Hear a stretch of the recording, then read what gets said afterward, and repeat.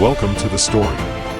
Don't forget to like, subscribe, and support me. In the days of old, when gods walked among men and their divine presence shaped the fate of kingdoms, there was a deity who stood above all others in both power and benevolence. He was known as the guiding light, a god whose radiance inspired humanity to heights of greatness. Under his watchful gaze, fields flourished, rivers ran clear, and the people lived in harmony. They worshipped him not out of fear, but out of love and gratitude for the blessings he bestowed, but as time passed, the faith of the people began to wane. The challenges of life grew more complex, and humanity's understanding of the world around them expanded. The once fervent devotion to the guiding light was replaced by a burgeoning belief in their own abilities. They began to question the need for divine intervention in their lives, and in the process, the God they once revered felt the sting of neglect. Without the faith of his followers, the guiding light began to change.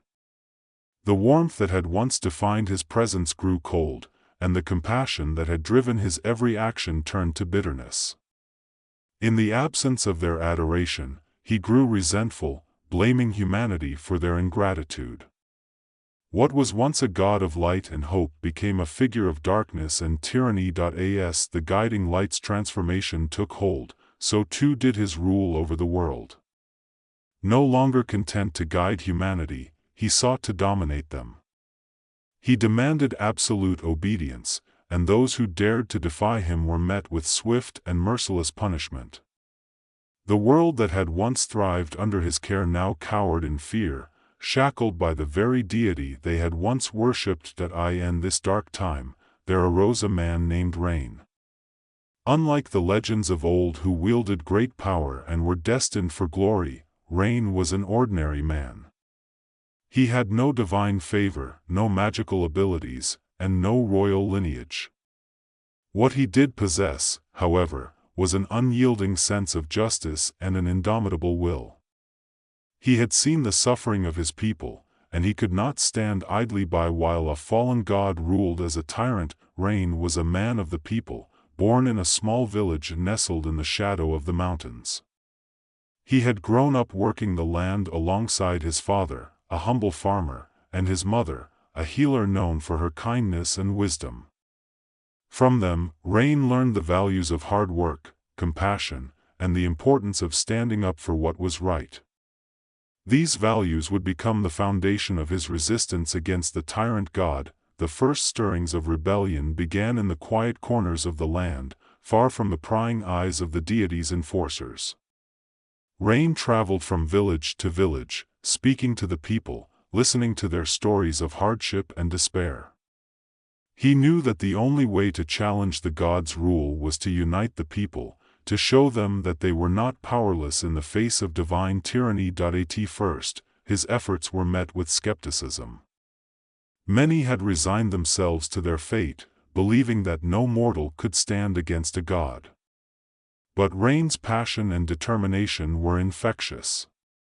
He spoke not of hopeless battles or impossible victories, but of the strength that lay within each person, the strength that the god had once nurtured and now sought to crush.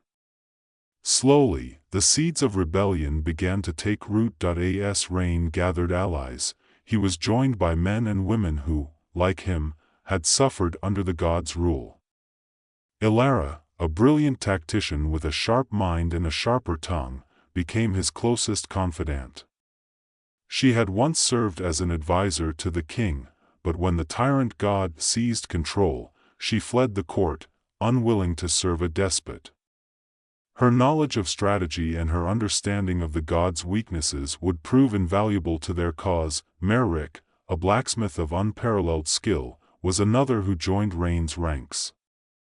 His forge, once used to craft tools for farmers and weapons for soldiers, now turned out weapons of a different sort, blades imbued with the hope and defiance of the people. Merrick had a deep connection to the old ways, to the rituals that honored the gods before they turned their backs on humanity.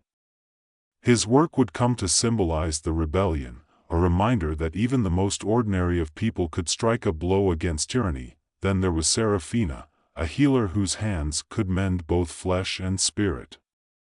She had seen firsthand the devastation wrought by the tyrant god's wrath, healing those who had been scarred by his cruelty. But Seraphina's knowledge went beyond the physical. She was well versed in the ancient texts, the forgotten lore that spoke of gods and their powers. She understood that the key to defeating the deity lay not just in battle, but in unraveling the mysteries of his fall from grace. Together, this unlikely band of rebels began to challenge the god's rule.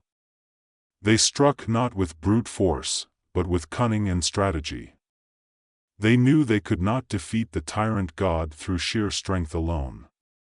Instead, they sought to weaken him by turning his own power against him. The first victory came in a small town on the outskirts of the kingdom.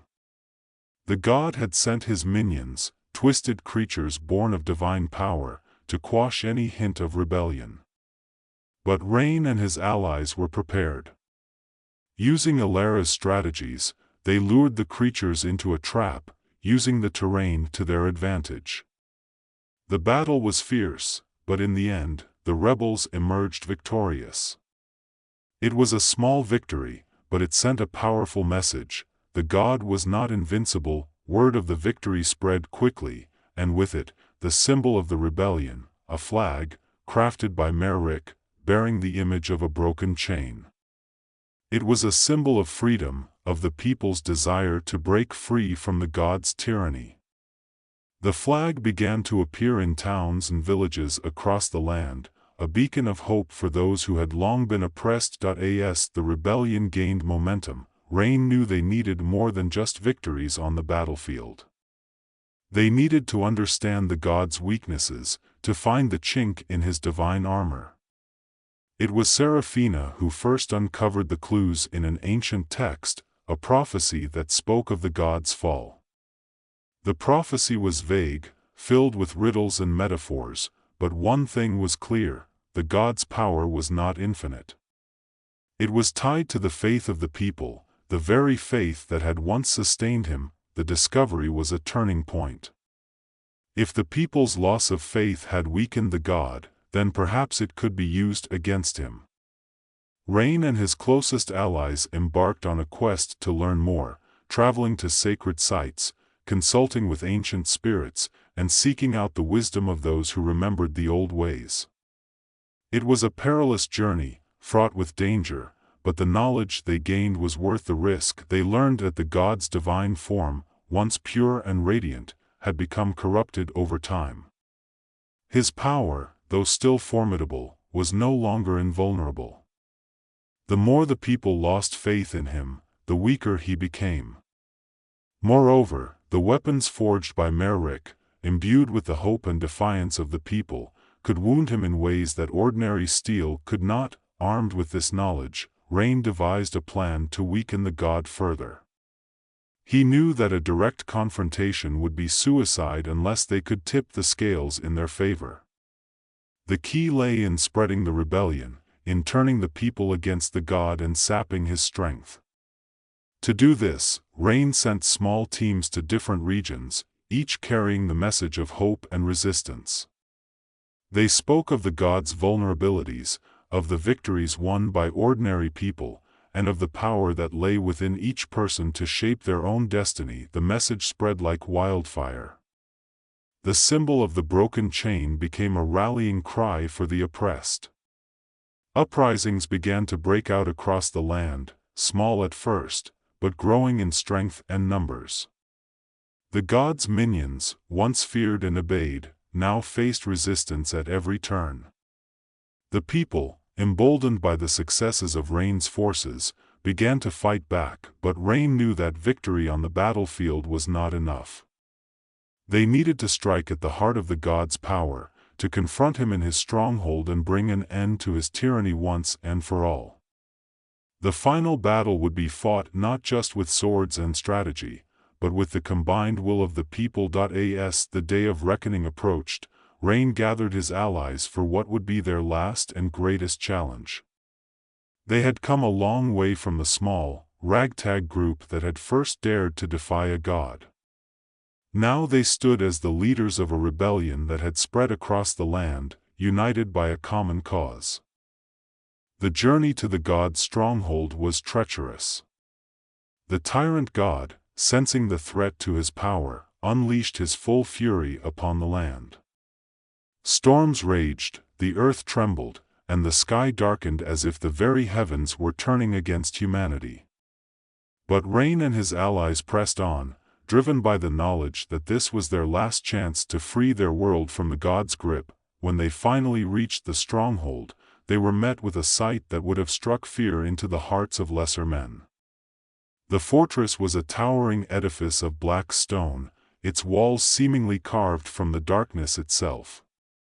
It was a place of despair, where the cries of the oppressed echoed through the halls and the weight of the god's tyranny could be felt in the very air. But Rain and his allies were not cowed.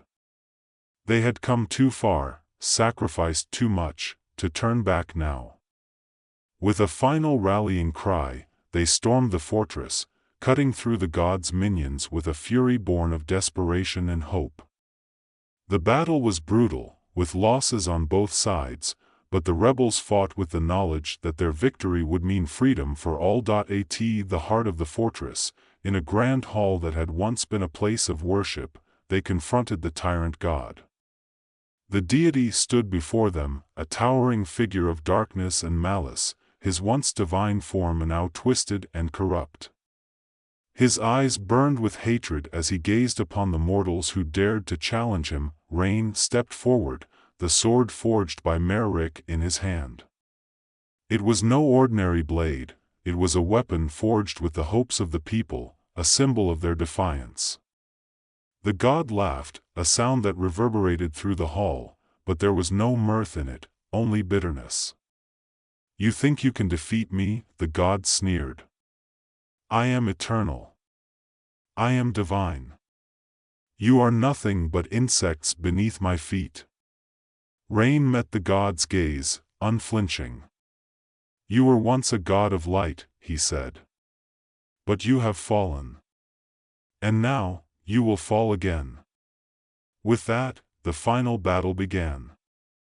The god unleashed his full power, a maelstrom of darkness that threatened to consume everything in its path. But Rain and his allies fought with a strength born of unity and purpose. Elara directed their movements, guiding them through the chaos with her brilliant strategies. Seraphina used her healing powers to keep the wounded on their feet, ensuring that no one was left behind. As the battle raged, it became clear that the god was not invincible. The blows from Merrick's sword left deep wounds, wounds that bled not just blood, but divine essence. With each strike, the god's power waned, his form flickering as if struggling to maintain its hold on the mortal realm. But the god was not yet defeated. With a final, desperate effort, he summoned a storm of darkness, intent on obliterating the rebels once and for all. The storm was powerful, more powerful than anything they had faced before. It threatened to overwhelm them, to snuff out the light of hope that had guided them thus far. In that moment, Rain realized what needed to be done. The prophecy had spoken of the god's fall, of how his power would be undone by the faith he had lost. But it also hinted at something more, the idea that the god's power could be turned against him, if only the people believed. With a shout, Rain raised the sword high, the blade glowing with a light that cut through the darkness. "We are the light," he cried. "We are the hope that will never die." His voice echoed through the hall, and in that instant, the people outside the fortress, the rebels who had fought and bled for this moment, heard his call. They raised their voices in unison, a chant that reverberated through the land, a chorus of belief that surged through the air like a tidal wave. The storm faltered, the darkness receding as the god's power was overwhelmed by the combined will of the people. The god, once a figure of terror, now looked upon them with something that resembled fear. His form flickered, his essence unraveling as the light of the people's belief consumed him. With a final, mighty blow, Rain struck the god down. The sword cleaved through the darkness, piercing the heart of the tyrant god. For a moment, time seemed to stand still, the world holding its breath as the god's form crumbled, his divine essence dissipating into the ether. The battle was over. The god was defeated. Rain stood in the silence that followed, his chest heaving with the effort of the fight. Around him, his allies began to gather, their faces a mixture of exhaustion and relief. They had done the impossible. They had defeated a god. The dawn broke over the land, the people began to emerge from their homes, their eyes wide with disbelief. The symbol of the broken chain, now tattered and bloodied, still flew high above the fortress, a testament to their victory. For the first time in what felt like an eternity, the sun shone bright and clear, bathing the world in its warmth. Rain knew that their work was not yet done. The world would need to be rebuilt, the scars of the god's tyranny would take time to heal. But he also knew that they had taken the first step towards a new beginning. A world where the people were free to shape their own destiny, where they would no longer be ruled by fear. As the people gathered to celebrate their victory, Rain slipped away. He was not one for grand celebrations or public adoration. He had done what needed to be done, and now he wanted nothing more than to return to the simple life he had left behind. But as he looked out over the land he had fought to save, he felt a sense of peace, knowing that the world was in good hands, and so, the legend of Rain, the man who defied a god, was born.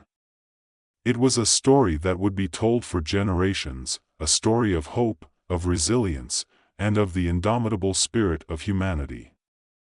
But for Rain, it was simply the story of a man who had done what he believed was right.